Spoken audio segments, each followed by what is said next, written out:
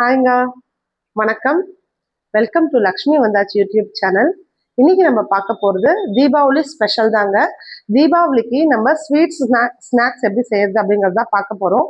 Already நம்மளோட YouTube சேனலில் sweet snacks செய்யறதா இருந்துச்சுன்னா ப்ரிப்ரேஷன் என்னென்னலாம் பண்ணி வச்சுக்கலாம் அப்படிங்கிறத நான் போட்டிருக்கேன். நீங்கள் அதை பார்த்தீங்கன்னா யூஸ்ஃபுல்லாக இருக்கும். நான் ஆக்சுவலாக அதில் வந்து வெல்லம் போட மறந்துட்டேங்க.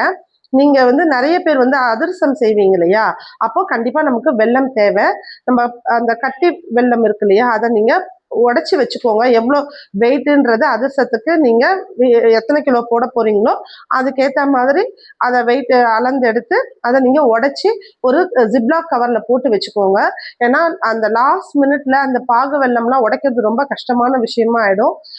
அந்த டைம்ல நம்ம பேர்டன் எடுத்துக்காம கொஞ்சம் முன்னாடியே இதெல்லாம் செஞ்சு வச்சுக்கிட்டிங்கன்னா நம்மளுக்கு இப்போ நோம்பு டைம்ல இருப்பீங்க இல்லையா, அந்த டைம்ல நம்ம ஃபாஸ்டிங்ல இருக்கும்போது அந்த வேலையெல்லாம் செய்யறதுக்கு கொஞ்சம் நமக்கு ஈஸியா இருக்கும். ஸோ நான் அதில் வெல்லம் எடுத்துக்கல.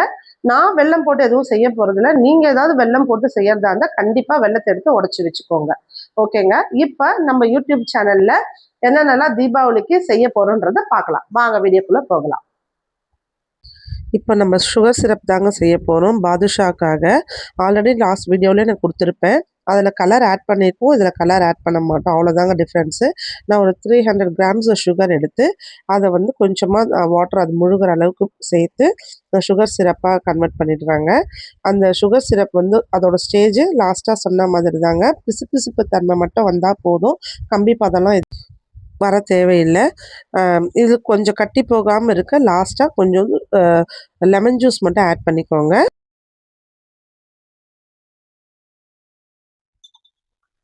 இப்போ நம்ம பாதுஷா செய்யறதுக்கு மாவு பிசைஞ்சு வச்சுக்கலாங்க. ஃபர்ஸ்ட் வந்து ஒரு கப் மைதா மாவு எடுத்துக்கலாம். இந்த ஒரு கப் மைதா மாவுக்கு கொஞ்சமாக டேஸ்ட்டுக்கு உப்பு ஆட் பண்ணிக்கலாம். நெக்ஸ்ட் வந்து பார்த்தீங்கன்னா பேக்கிங் சோடா கொஞ்சமாக எடுத்திருக்கேன்.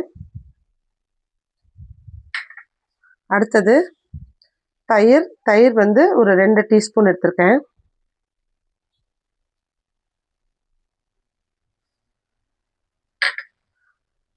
லாஸ்ட்டாக கொஞ்சமாக நெய் ஆட் பண்ணிக்கலாம்.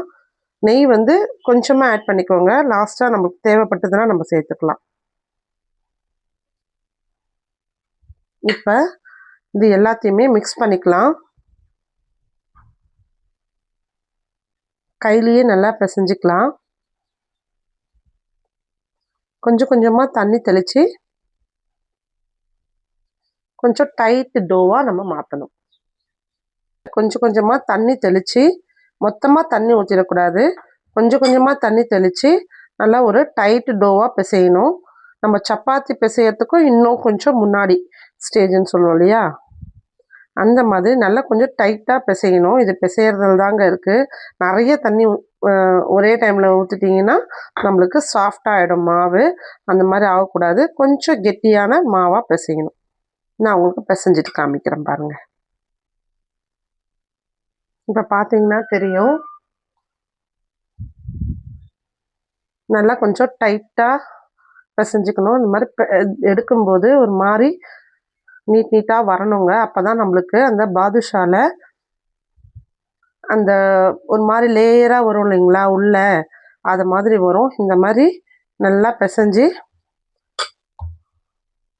ஒரு 10 நிமிஷம், ஒரு 15 மினிட்ஸ் போதும். நீங்கள் முடிச்சிட்டிங்கன்னா செய்ய ஸ்டார்ட் பண்ணிடலாம். டைம் இருந்துச்சுன்னா 1/2 hour கூட நம்ம வெயிட் பண்ணிக்கலாம். ஓகே, இன்னைக்கு ஸ்நாக்ஸ் ஐட்டத்தில் நம்ம முறுக்கு செய்ய போகிறோங்க. எப்படி செய்யறது அப்படிங்கிறத பார்க்கலாம். நான் வந்து இந்த கப்பை தாங்க மெஷர் பண்ணியிருக்கேன். இந்த கப்பில் மெஷர் பண்ணி தான் இந்த மாவும் எடுத்து வச்சுருக்கேன். இது வந்து அரிசி மாவு, பச்சரிசி. நம்ம சாதாரணமாக மாவு பச்சரிசின்னு சொல்லுவோம் இல்லைங்களா, அந்த பச்சரிசியை 1 மணி நேரம் நல்லா ஊற வச்சு நல்லா காய வச்சு கொஞ்சம் லைட்டாக ஈரப்பதம் இருக்கும்போது மிஷினில் கொடுத்து அரைச்சி வறுத்து எடுத்து வச்சுதுங்க. ஆல்ரெடி ப்ரிப்ரேஷனில் நான் சொல்லியிருப்பேன். அந்த மாவு தான் இது. இந்த கப்பில் 4 கப்பு அரிசி மாவு எடுத்திருக்கேன். 1 கப் உடச்ச கடலை மாவு, பொட்டுக்கடலை மாவுன்னு சொல்லுவோம் இல்லையா, அது. இந்த கப்பை தான் நான் அளந்து இதில் போட்டிருக்கேன்.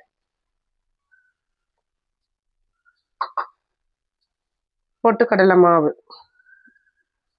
4க்கு 1 தாங்க நம்மளுக்கு கணக்கு. நீங்க வீட்ல மொத்தமா அரிசி அரைக்கிறதா இருந்தாலும் சரி, மிஷின்ல குடுத்து கூட 1 கிலோ பச்சரிசி அரைச்சீங்க அப்படின்னா, அதுக்கு 1/4 கிலோ நீங்க பொட்டுக்கடலை போட்டு அரைச்சுக்கோங்க. உளுத்தம் பருப்பா இருந்தாலும் அதே தாங்க அளவு. நெக்ஸ்ட்டு நம்மளுக்கு உப்பு. உப்பு இந்த முறுக்குக்கு நமக்கு எவ்வளோ தேவைப்படுதோ அதை போட்டுக்கலாம். அடுத்தது எள்ளு. சீரகம் சேர்க்கணுனாலும் சேர்த்துக்கலாம், ஓமம் சேர்க்கணுனாலும் சேர்த்துக்கலாம். நான் வந்து இன்னைக்கு வெறும் வெள்ளை எள்ளு தாங்க சேர்த்து செய்கிறேன். நீங்கள் இந்த மாதிரி மாவு அரைச்சி ரெடியாக இருந்துச்சு அப்படின்னா ரொம்ப சட்டு சட்டுன்னு வேலையை முடிச்சிடலாங்க. ரொம்ப ஈஸியாக இருக்கும். நான் ஆல்ரெடி அந்த ப்ரிப்ரேஷன்லேயும் அந்த வீடியோவில் நான் சொல்லியிருப்பேன் பார்த்தீங்களா, ரொம்ப யூஸ்ஃபுல்லாக இருக்கும். இப்போ நான் நீங்கள் வெண்ணெயாக இருந்தாலும் சரி, எண்ணெயாக இருந்தாலும் சரி, நெய்யாக இருந்தாலும் சரி, கொஞ்சம் சூடு பண்ணிவிட்டு அதுக்கப்புறம் சேர்த்துக்கோங்க. அப்போ தான் கொஞ்சம் கிறிஸ்பியாக இருக்கும் முறுக்கு. நான் நெய் தாங்க இந்த இடத்துல சேர்க்குறேன். நெய் வந்து கொஞ்சமாக சேர்த்துக்கிறேன். நல்லா உருக்கி சேர்த்துக்கோங்க.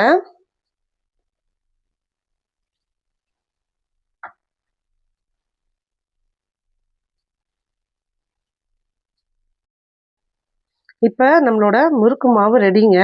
இப்போ பார்த்தீங்கன்னா தெரியும், நல்லா சாஃப்டாக பிசைஞ்சு வச்சாச்சு. நம்ம முறுக்கு அச்சில் போட்டு புழிஞ்சி எண்ணெயில் போட வேண்டியது தான். ரொம்ப நல்ல வாசனையாக இருக்குங்க. மேபி நெய்யோட ஸ்மெல்லாம் என்னன்னு தெரியல, ரொம்ப நல்ல வாசனையாக இருக்குது. வீடியோவில் என்ன வாசனையாக தெரிய போகுது, சும்மானா நீயே சொல்லாதம்மா அப்படின்னு நினைக்காதீங்க. உண்மையாலுமே வாசனை நல்லா இருக்குது. நீங்களும் செஞ்சு பாருங்கள் கண்டிப்பாக. இந்த மாவு பார்த்தீங்கன்னா தெரியும், உள்ள எப்படி நல்லா லேயர் லேயராக இருக்குது பாருங்கள். இப்போ இதை கொஞ்சம் கொஞ்சமாக உருட்டி, சின்ன சின்ன சைஸாக உருட்டி பாதுஷா மாதிரியா பாதுஷா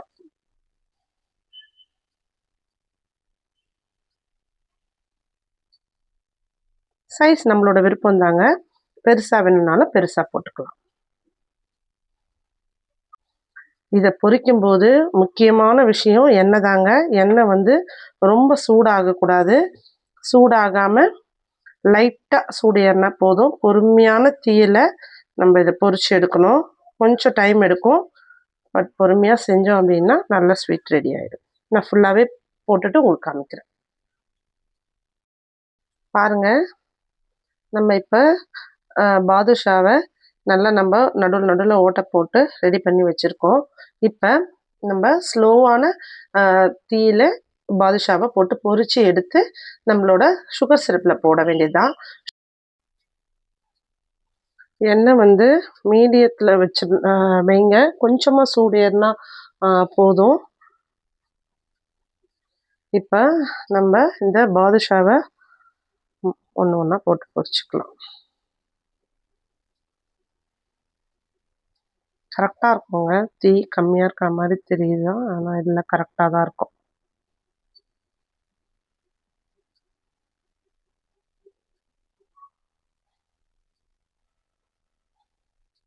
கொஞ்சம் பொறுமையாக தாங்க செய்யணும் இதை.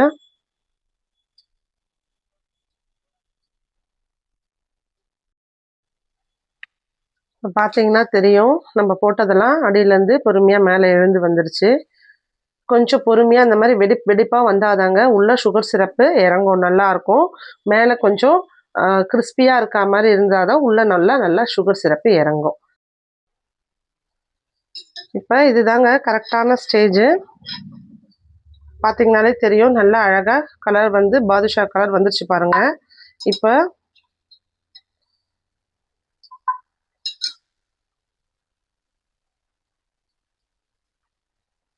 இது எல்லாத்தையுமே நம்ம இந்த சூடோட சுகர் சிரப்பில் போட்டுக்கலாம்.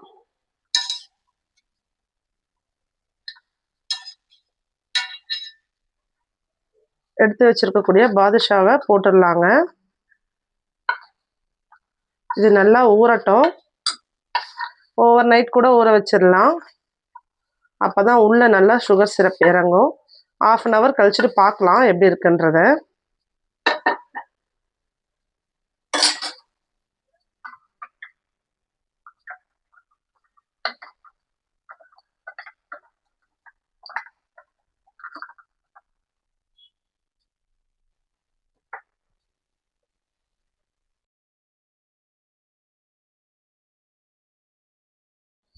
நெக்ஸ்ட்டு முறுக்கு புழிஞ்சிக்கலாங்க. நம்ம ஆல்ரெடி பெசஞ்சு வச்சுருக்கக்கூடிய முறுக்கு மாவு எடுத்து நான் முள்ளு முறுக்கு அச்சில் போட்டு நல்லா புழிஞ்சு கரண்டிலேயே ஒன்று ஒன்றா புழிஞ்சு நம்ம போட்டுக்கலாம். நம்ம ஒரு ஆள் செய்கிறோம் அப்படின்னா இது ஈஸியாக தாங்க இருக்கும். யாராவது ஹெல்ப்புக்கு இருக்காங்க, நீங்கள் நிறைய மாவு போடுறீங்கன்னா ஒருத்தர் புழிஞ்சு புழிஞ்சு கொடுத்தாங்கன்னா கூட நம்ம 2 கடாய் வச்சு கூட ஈஸியாக ஒரு 1/2 ஹவர்லேயே நம்ம 1 கிலோ முறுக்கு மாவு வரைக்கும் சுட்டு கூட எடுத்துடலாம். சிங்கிளாக நீங்கள் போடுறீங்க அப்படின்னா ஒரே ஆள் நம்ம போட்டு போட்டு அப்படியே கரண்டிலேயே புழிஞ்சு புழிஞ்சு போட்டுடலாங்க. இப்போ பார்த்தீங்கன்னா தெரியும், நல்லா அழகாக எப்படி வருது பாருங்க. இப்போ பார்த்தீங்கன்னா முள்ளு முறுக்கு தாங்க போட்டிருக்கேன். இந்த மாதிரி கரண்டிலேயே நான் புழிஞ்சு போட்டுடுறேன். நல்லா அந்த எண்ணெயோட சடசடப்பு அடங்குற வரைக்கும் நம்ம வெயிட் பண்ணணுங்க. லைட்டாக கலர் சேஞ்ச் ஆனோடனே எடுத்துடலாம். ஏன்னா முறுக்கு நான் லாஸ்ட்டாக தட்டையில் சொன்ன மாதிரி தான், எடுத்ததுக்கப்புறமும் ஒரு ஸ்டேஜ் கலர் நம்மளுக்கு சேஞ்ச் ஆகும். இப்போ பார்த்தீங்கன்னா முறுக்கு ரெடி ஆயிடுச்சு. அவ்வளோதாங்க. ரொம்ப சிம்பிளாக வீட்லேயே பாதுஷா, முறுக்கு 2மே செஞ்சாச்சு. ஆல்ரெடி ஒரு ஸ்வீட் ஸ்நாக்ஸ் செஞ்சாச்சு. இன்றைக்கி இந்த தீபாவளிக்கு நம்மளோட வீடியோவில் 2 ஸ்வீட் 2 ஸ்நாக்ஸ் செஞ்சுருக்கேங்க. இன்னும் நிறைய ஸ்வீட் ஸ்நாக்ஸ் ஃபர்தராக நம்மளோட வீடியோஸில் வரும். பார்த்து என்ஜாய் பண்ணுங்கள். இவ்வளவு நேரம் நம்மளோட யூடியூப் சேனல்ல ஸ்வீட் ஸ்நாக்ஸ் செய்யறது எப்படின்றத பார்த்தீங்க இல்லையா? நீங்களும் அதே மாதிரி வீட்டில் உங்கள் ஃபேமிலியோட சந்தோஷமா ஸ்வீட்ஸ் ஸ்நாக்ஸ் வீட்லேயே செஞ்சு ஹெல்த்தியாக சாப்பிடுங்க. நம்மளோட தீபாவளியை ரொம்ப ஸ்பெஷலாக கொண்டாடுங்க, சேஃப்டியாக கொண்டாடுங்க. நன்றி, வணக்கம். Advance happy Deepavali. பாய்.